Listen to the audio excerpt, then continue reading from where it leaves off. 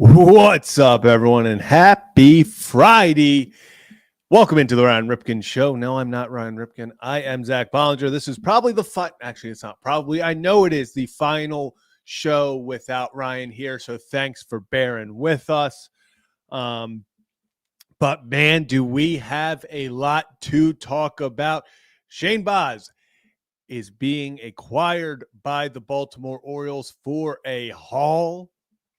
Got a few insiders talking about that we're going to react to. Also, Michael King, a guy that a lot of people thought that maybe the Orioles had a shot at. It was between, according to reports, the Orioles, the Yankees, the Red Sox. Nay, he goes back to San Diego. Getting to all of that and much more here on the episode. Before we get started, have to shout out our friends over at Merit Clubs. MERRITT clubs.com. Go to meritclubs.com. Check out all their promos through January 1st as you kick off the new year in the right way. And while we're hoping you kick off the year in the right way, it seems like the Orioles are trying to end this year the right way. If you missed it, we're going to hop right on into this. You missed it earlier. The Baltimore Orioles are acquiring right-hander Shane Baz from the Tampa Bay Rays for outfielder Slater DeBrun, catcher Caden Bodine, right-hander Michael Ferret, outfielder Austin O'Verne, as well as a competitive balance round A pick. That's going to be a first-round comp pick. So, let's dive in. I know there's a lot of people who are concerned about, hey, what is going on in Baltimore? Is this their move? I don't believe it is their move. But we do know one thing, that the Orioles, to give up a haul like that, they must be pretty darn impressed and have high hopes for Shane coming to Baltimore. He has one of the best curveballs in baseball. He is a pitcher, a starting pitcher who can touch triple digits. His stuff plus is one of the best in baseball. So when you talk about just pure ability, this guy has it. Now, you're going to hope the ERA comes down. We'll get into that in his home and road splits, because when he wasn't playing in a spring training facility, he actually was pretty darn good last year. So we'll get into all of that. But where I wanted to start was Ken Rosenthal, insider for MLB Network, I believe, was on Foul Territory earlier today, right after the move was announced, and people were reacting, people were overreacting, people were underreacting. But he came onto Foul Territory, and he and Todd Frazier talked a little bit about the move, but also maybe the fact that the Orioles probably aren't done. So let's listen to Ken Rosenthal, and then we'll all react together on the other side. Orioles, man, I was big on. I kind of crushed them a little bit these last couple of years about getting guys and trading for prospects and everything else. It seems like all of a sudden now with this type of pickup, I feel like this is a really good pickup for the Orioles. I like Shane Baz. I know his ERA and that stuff, I think it was 4.87 last year. But the guy can pitch, and I think he'd be a nice 3, 4, 5 starter for them. Todd, we've all crushed the Orioles over the last few years, but this offseason has been a dramatic departure for them. And it's not just Alonso. It's not just Taylor Ward. It's not just Ryan Helsley. Now it's Shane Baz, and they've added Andrew Kittredge and others as well. This has been the most aggressive we have seen Mike Elias as their president of baseball operations, previously their general manager. And they are probably not done yet. I would not be surprised if they went out and maybe signed or traded for another starting pitcher. Right now, they're looking much better. Trevor Rogers, of course, emerged last season as a potential ace. Kyle Bradish, now a year removed from the surgery, he will be better positioned to make a significant contribution. And Baz, as you mentioned, at least a 3, maybe even better. So that's a bigger rotation, a better rotation than they've had in the past. And I'm also, of course, excluding Dean Kramer, who deserves to be mentioned in that mix. He's a more of a 4 or 5, but yes, he's part of it. So I see them wanting to show that last year was a year that they learned from in terms of the front office, a year that they decided, okay, what we did in the offseason of 24-25 wasn't nearly good enough. Charlie Morton and what else they did. This is a much more representative, aggressive team we're seeing. They've really improved the offense with Ward and Alonso, and they've also improved the pitching, really top to bottom with Baz and Helsley and Kittredge. So they're interesting right now, and I don't expect that they're done yet. So, few things I wanted to talk about from all of that. And Gabs, I mean, I agree. I'm going to call him Baz. I've heard Baz. I've heard Baz, Bose. I guess we'll find out soon enough. The actual, I've heard a million different pronunciations. But I wanted to talk about a few different things there. First off, the Orioles are moving differently than they ever have before. That is a fact. That is simply a fact. We have never seen the Orioles in recent memory, especially under the Mike Elias era since 2018. We have never seen the Orioles be this aggressive ever. They are taking, like Ken Rosenthal just said, they're looking back at last year and they're going, we didn't do enough. We lost Tony. We lost Burns. We went out. We got Kittredge. That was good. Obviously, you bring him back now. You signed Morton. That didn't work out. Tried to sign Gibby halfway through the beginning of the season. That didn't work out. Tyler O'Neill. That didn't work out. So what should we do? Well, they decided, you know what? We don't want to finish in last place. And we sure as heck are not going to take this and be content with where we are. So how did they respond? They went out and they got one of the top closers available in Ryan Helsley. They went out and they got a right-handed bat that hit 30-plus homers and drove in over 100 RBIs last season in Taylor Ward. Now, 99.9% of the time, if you're an Orioles fan, you're looking at that and you're going, there's the offseason. Got a good closer because you needed it.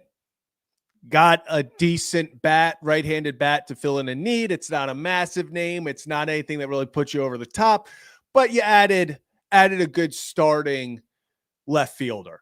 Most of the time, that's it for the Orioles. Yeah, you got Kittredge back. Okay, that's a good offseason. The Orioles said no.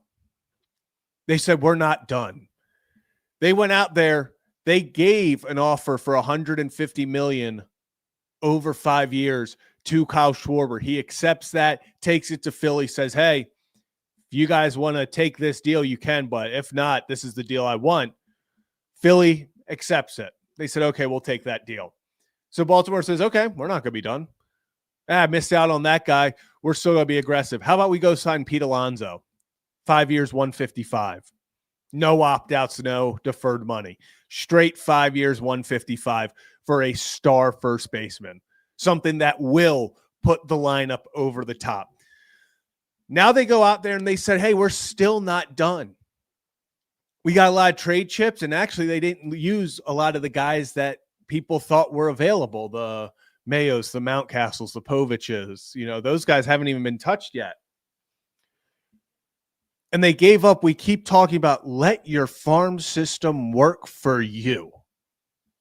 Last year at the deadline and between the deadline and the MLB draft, the Orioles added 39 prospects to their farm system. 39. Only got 26 men on a roster.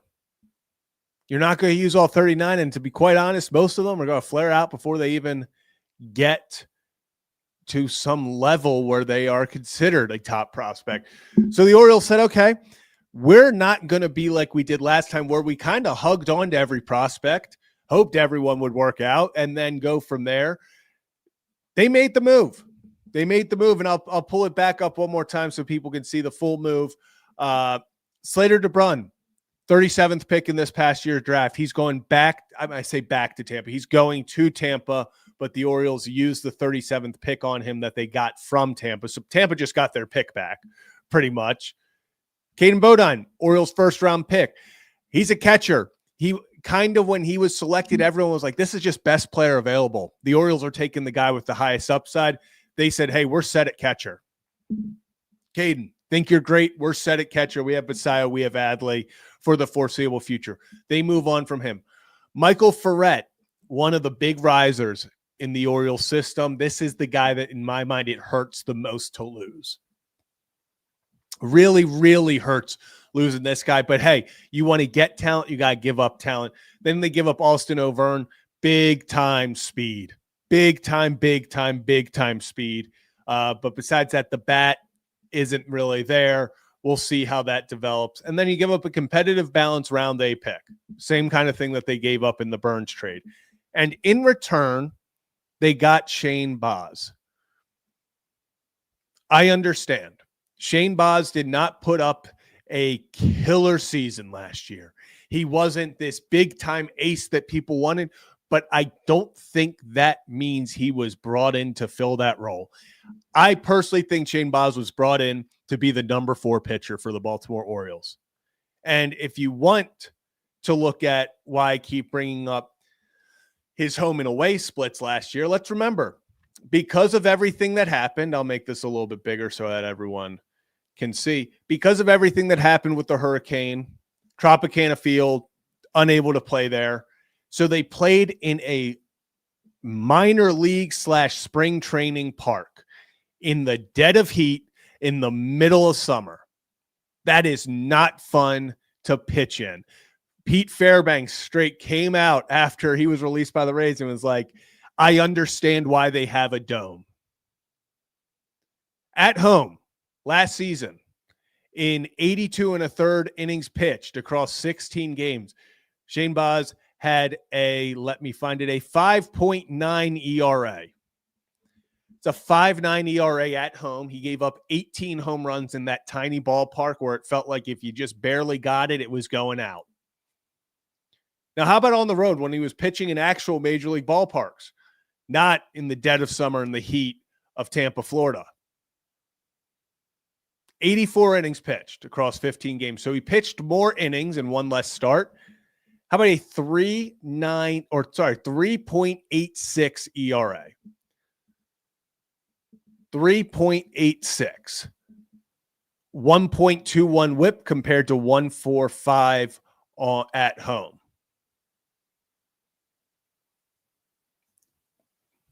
This is a guy who, when he was not playing in a spring training ballpark, was a darn good pitcher. This is a guy that I am expecting to have a big bounce back numbers wise, simply because he's not playing half of his starts in a spring training field. Now, is that saying that all of a sudden he's going to be a 3.0 pitcher, 3 ERA pitcher, and he's going to be the best guy on staff? No. But this is a guy with elite stuff plus. He's got elite stuff. He's got a very big strikeout pitch. I mean, that curveball, I think, ranks number 1 in all of baseball. It's a strikeout guy. Oh, and he can throw 100 if needed. 26 years old, 3 years of control. You take a chance on that. And it was said that the Orioles won a bidding war. If we want to talk about the Orioles, they've now won at least 2. They technically lost the Schwarber won, but that was because, hey, the Schwarber took the Orioles deal, took it back to the Phillies, and they're like, yeah, we'll accept this. Boom. Let's move on. The Orioles are being aggressive. But now the final part that I really wanted to talk about that Ken Rosenthal brought up is he said he doesn't think the Orioles are done. And I'm going to double down there. People I've talked to, things I've read, I don't see it. I don't think the Orioles are done either. In fact, I think the Orioles are still big game hunting. They're going for the big fish. Shane Baz was the guy to fill that number 4 spot when we were looking and we were like, hey, do you get Edward Cabrera? Do you get a Mackenzie Gore to kind of fill? You still want an ace. You still want them to sign a Framber, sign a Suarez, one of those guys.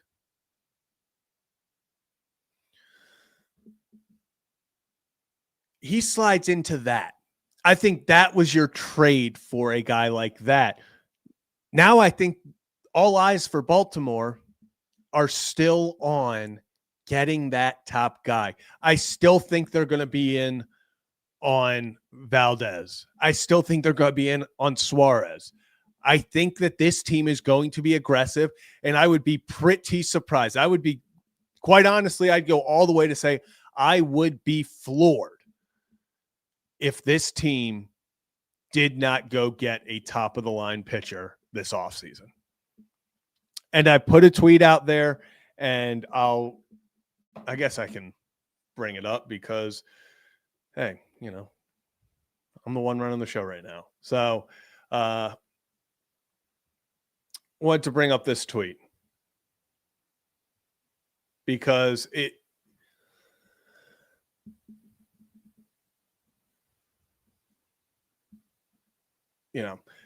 I said Shane Baz helps fill out the Orioles rotation even more and helps the major league team. If the rotation looks like Suarez, Valdez, so one of those two, then you go Bradish, Rogers, Baz, and Kramer. And I'm so sorry. I think I've said Baz or Baz. I think I've switched them both times, like a million times. I'm going to go through 100 different pronunciations until I hear the correct one. So apologies for that. Then you have a damn good rotation. Still need to make a big move, though. They do. They do. And, I see this about they still have 2 extra first basemen to move. I think if they're going to move, their next trade, I don't think they maybe trade for another starter, but I think they trade for another reliever.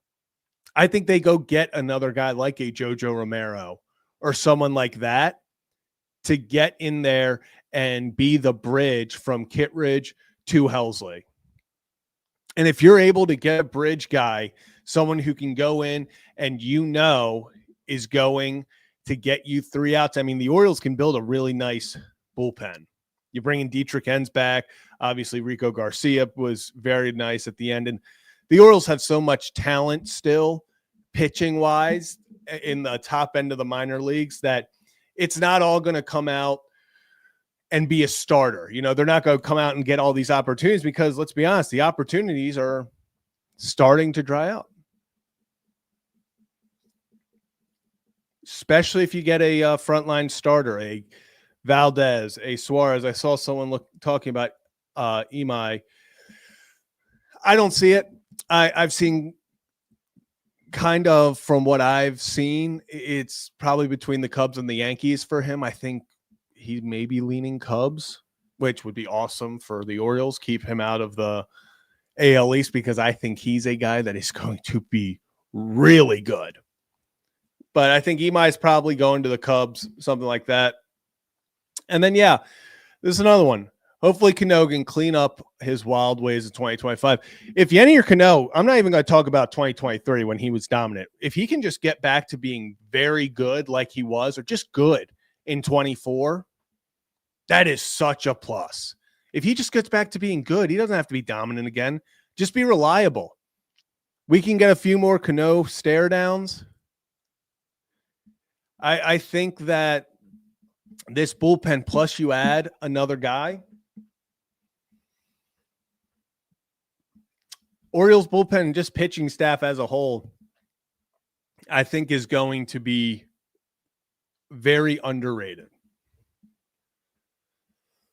I think the Orioles are being aggressive, and being aggressive, actually, I don't think they are. We know they are. It's the most aggressive that they've ever been in recent memory. They are taking risks that people have been begging for them to take. It's so funny, and I find myself on the, myself doing it as well. I get so caught up and I'm like, hey, let's stop prospect hoarding. Let's stop prospect hoarding. Like, not all these guys are going to make it. Not all these guys are going to make it. Don't prospect hoard. What are we doing? Like, trade these guys. And then we traded 4 of them plus a draft pick. And I was like, whoa, that's a lot. Can't have both ways. They're being aggressive. This is a win now, but it's not only a win now. This is a let's help the major league roster out. They added a guy who is going to help out the major league roster. Shane Baz can be a guy that you look at, and hopefully at the end of 2026, we're looking back, he has like a 3.4 ERA, and you're going, yeah, that was a good move. That's a guy as the number 4 that helped really get an extra few wins for the Orioles to maybe help get them in the playoffs, help get them that extra game or 2 to win the AL East. This move is about winning, and it's something that we in Baltimore have been begging for them to do. Prioritize winning. They're going for it. Whether you think all the prospects were worth it or not, they're going for it. So that's kind of where we're at right now. The Orioles are being aggressive, and it doesn't stop here. I think they're going to go get another relief pitcher. I think they're going to sign one of the top guys in free agency, one of the starters, whether that's Suarez, whether that's Valdez. Yeah, the major league team got better today. Now, you can argue the minor league system. Yeah, you lose talent, but that's cool. The Orioles have the 7th overall pick. The Orioles major league team got better today. And no, I do not. I don't think that they signed Chris Bassett. I think if they didn't find a trade partner like Baz, like a Mackenzie Gore, like a Cabrera, I think then maybe he would have been brought in to be that 4. But you got to go bigger game hunting than him. Go get a Valdez, a Suarez. I mean, if Zach Gallen, you can, I don't know if he's in that top tier for guys. I'm not going to complain if they bring in Gallen and then take that risk, but that's another guy that you're really hoping for more of a bounce back year than anything. It's not a guy who is coming off a year like Valdez or Suarez. Peralta, I would love for them to trade for Peralta. That's been a guy that I've been talking about. If you followed this show, even Kevin and Zach React, for the past year, I've been all in on Freddie Peralta. Still a possibility. I just think, I always thought they were going to make one trade, one signing. So in my head, I'm operating as this was their one trade, and then they're going to go sign someone. But hey, you still have a lot of pieces that can be dealt. Everyone knows, if you've watched the show, I love Kobe Mayo. I think Kobe Mayo is going to be a 35-plus homer guy. It's going to take someone like that to be the headline of a deal like this, but I would love to keep Mayo as much as possible, but if it means getting a guy like Peralta and you can extend him, maybe, yeah, that's worth it. I wouldn't be surprised if it's Peralta, but in my head, I've always thought they were going to do one trade for just starting. I think they still make a trade for a reliever, but I kind of assumed it was going to be one guy signed, one guy traded. And yes and no. The only reason I'm going to say no, and I would rather have a Valdez or Suarez, is simply because of years. If you can get Valdez or Suarez, even if it's a high AAV 4-year deal, my biggest thing is giving up a lot of prospects for Peralta, knowing that there is a chance that he leaves after this year. But Peralta's also a guy that maybe he gets in there, maybe he loves the system. You can get him to buy in, So I'm very excited to see where they go, because I do think they have a ton of options. I think that every time my phone buzzes, I'm not going to lie, I have to just stuff about Sean McVay. I still get that heart thing. I'm like, okay, still get the jitters from these big moves being made, but I don't think the Orioles are done. And I would put it out there that I would be floored if they didn't sign a top guy. I really would be. And you look at the available players, I think everyone is still Kyle Tucker, Cody Bellinger, Bregman, Bo Bichette, guys like that, where, I mean, Framber, Ranger, Zach Gallen, these are guys that I think fall through the cracks right now. People aren't as focused. Everyone's focused on where's Ketel Marte getting traded. Rays are apparently involved and very aggressive in that. Could some of these guys that the Orioles just traded move on to the Diamondbacks? Diamondbacks also looking at Bregman. I think a lot of those dominoes are going to fall, and hopefully while teams are looking at that, Imai as well, I would not be surprised if the Orioles squeak in and get another frontline pitcher. So if you're new to the channel, hit that like and subscribe button. Ryan Ripken Show. We are live at 5 weekdays, Monday through Friday. A little different this week with Ryan being away. So thank you for putting up with me throughout the week, but we will be back to our regularly scheduled antics and discussions next week as Ryan returns. Did want to give a shout out. Ray, Rashad, thank you. This is the most aggressive the O's have been since Pat Gillick was GM. I'm 43 and remember us getting Rafi Alomar via free agency. I'm happy for the youngins like you. Appreciate that. It's a fun time to be an Orioles fan right now. It is a very, very fun time to be an Orioles fan. This is the most aggressive that these guys have been, like you said, in decades. It seems like winning is a priority, and I love how I believe it was Ken Rosenthal at the winter meetings talked about it. He said, hey, it's very clear that even though they're a mid-market team, ownership has stepped up and said, hey, we finished in last place last year. Guess what's not going to fly in Baltimore? Finishing last place. So the new ownership group, they've clearly had a change. Some switch has flipped. Obviously, you get rid of Hyde. Maybe Elias felt the seat warm a little bit. But it's clear that the Orioles are trying to be aggressive. They are trying to go get the best players available. I saw someone ask about Bretton Doyle. We'll see what happens there. I mean, obviously, he would be a fantastic defensive guy in center field, but I'm not sure, with the Rockies, I always get very weary because already, I mean, he's the perfect guy for just straight speed. I mean, 96th percentile in speed, 97th percentile in arm strength, 99th in arm value, 91st in range, outs above average. Very good defensive guy, one of the best defenders in all of baseball. I would just, what scares me is he struggled immensely in Colorado.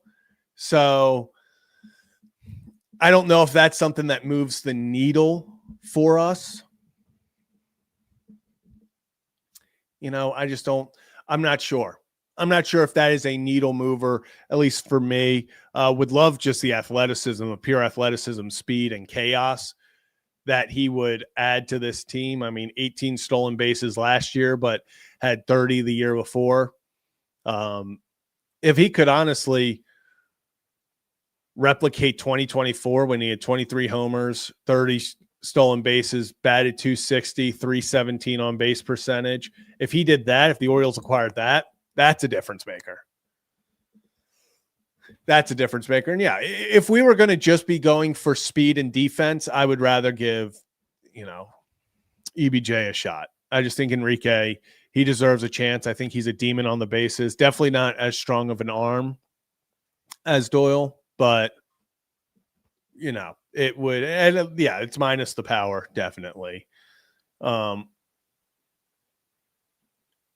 yes, Doyle, apparently there's rumors that the Orioles are in talks with the Rockies. So I'm sure maybe later tonight, because they love making moves when it's Friday night and it's like, okay, no one's paying attention.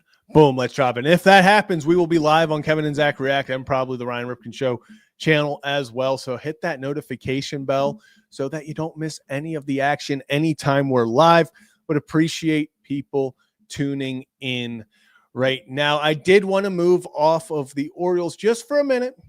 We'll come back and kind of wrap this whole conversation up because it is something that people maybe thought the Orioles were going to be in on, and that is last night, it was announced that Michael King is returning to the Padres on a 3-year, $75 million deal. I believe it's with the opt-outs. If he opt out after 1 year, it is just $22 million. But Michael King returning to the Padres. This is a guy that it was rumored it was the Orioles, Red Sox, and Yankees. It was between those three teams. They were all making their bids, and he would decide. It was the Padres because don't you love baseball? It was the Padres. They come back in. They get their guy. Clearly a priority for them. And Michael King talked about in his press conference how much he loves San Diego. He loves playing for those fans. So very interesting to kind of see it go from, hey, it's these three AL East teams. He's a East Coast guy. He wants to be on the East Coast, and then he's back in San Diego. But I will say this is good because I'm very glad if he was not going to go to the Orioles, I'm glad it's not the Red Sox or the Yankees. Just it's keeping talent away from them. I've also seen some things that, like I said, Imai, I think is going to maybe end up with the Cubs. It's looking like, at least through some reports. So now you're looking at it and you're like, okay, Yankees seem like they're going to have to be in the trade market to add a starting pitcher. They're going to have to pay Cody Bellinger a massive contract to go after him. Yankees are remaining sort of stagnant. They have not added the big name, at least so far, that frontline guy or that big bat. They're actually working on kind of getting their team from last year back together just as a start. The Red Sox, obviously, they went out, got Sonny Gray. They have to figure out the whole Alex Bregman thing. If he goes out and signs in, let's say, Arizona, then that's a big hole for them. The Blue Jays, it looks like maybe they're getting Kyle Tucker, but if they get Tucker now, Bichette's gone. So how big of a plus minus is that? It feels like the AL East, obviously now the Rays are kind of selling. They're in full sell mode, especially earlier today with their trade between the 3-team trade between the Pirates, Rays, and Astros. The AL East seems, it's really good. It's really good, but it doesn't seem at the moment like there's any team that is grabbing it and saying, this is my division, which makes me even happier that the Orioles went out there. They're being aggressive. They're saying, hey, we don't care. We don't care that we finished last place. We watched the Blue Jays last year go from worst to first. And not only did they go worst to first in the AL East, they went from last place in the AL East to 1 out away from hoisting the World Series trophy. Like, it's possible. Get hot at the right time. Build talent. Get good pitching. And, the Blue Jays, yes, they added Dylan Cease. I think they are ready to run it back. They want to go back to the World Series. They got that taste in their mouth, and they're like, hey, we want to win. We're gonna go after this. The Orioles have not won a playoff game in over a decade. That needs to end. That needs to end. And I think they're being aggressive. They're being not only aggressive, but I think they're being smartly aggressive. I think the Orioles are not done. I think they are far from done. But a guy like Michael King coming off the board and staying out of the AL East, I think that's important. Because if he wasn't coming to Baltimore, my biggest fear was he sits there in Boston, helps boost their rotation even more. He goes to New York, and even if they get Imai, that rotation's really good. Getting back Garrett Cole. Rodon's obviously talented. Max Fried is, my goodness. Luis Heel coming off injury, finally getting back.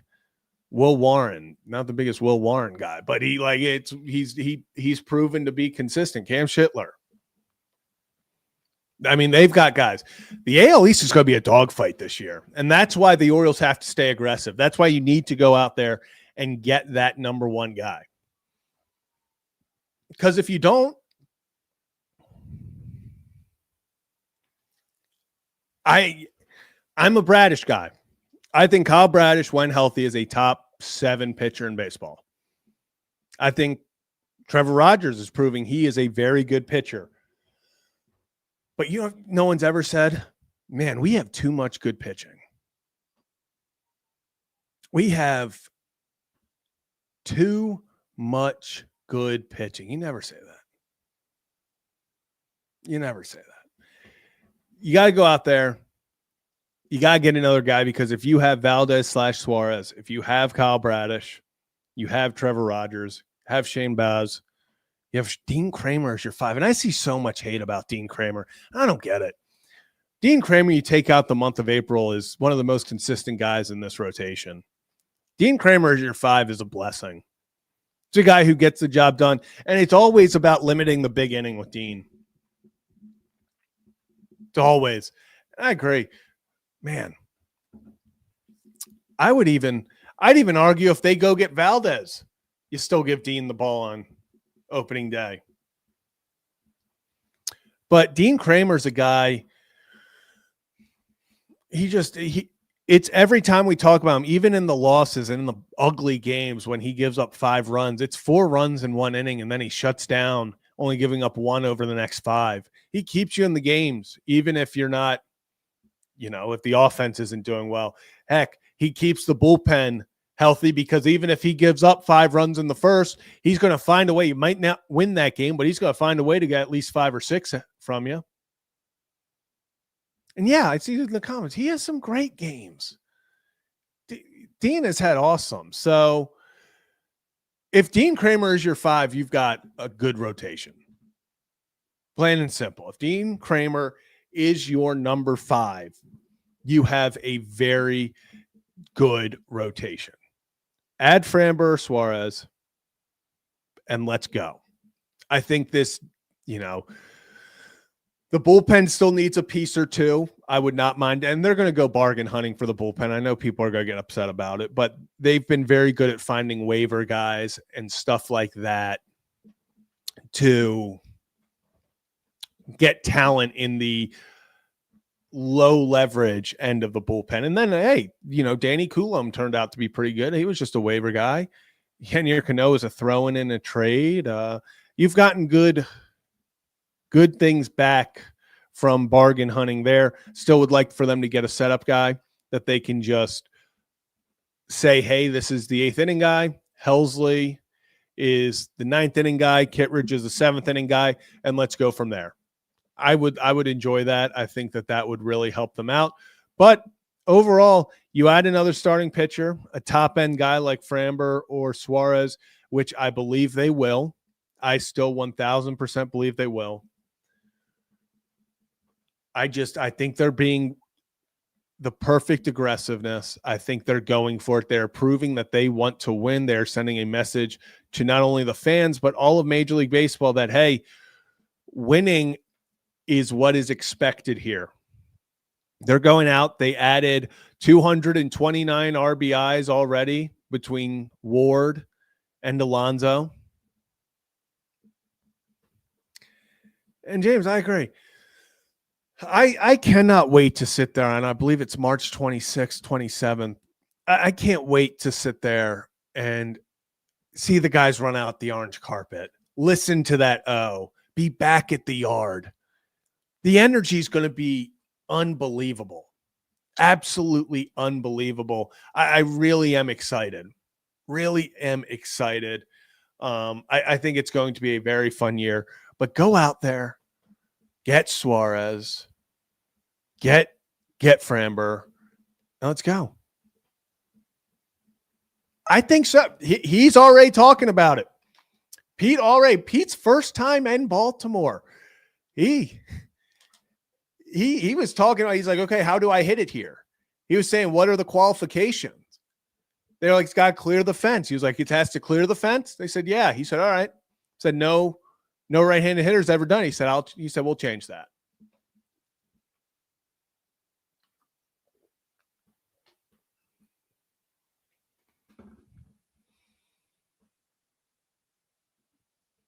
this is going to be a fun year. That's going to be a fun year. And as we wrap it up here, did want to shout out our sponsors over at Merit, as long as our friends over at Next Move, Charm City, and Loan Depot. Appreciate them and all they do for us and all they do for you and the community. So shout out them. What a fun day. If you missed the immediate reaction stream earlier today, go back and you can check that out as well. But that's going to do it for this edition of the Ryan Ripken Show. Have a great weekend. And you know what? I might start adding this in. So hit that subscribe button. I might start doing something with the Immaculate Grid, or we'll figure something out. Maybe we'll have some fun with that. But appreciate everyone for tuning in. Have a fantastic weekend, and hey, maybe we'll see each other soon again later tonight. Caps, appreciate you. Appreciate all of you for putting up with me for the past week solo show. Appreciate all of you, and we will see you next time, or maybe later tonight if they make another move for another edition of the Ryan Ripken Show. Have a great weekend, everyone.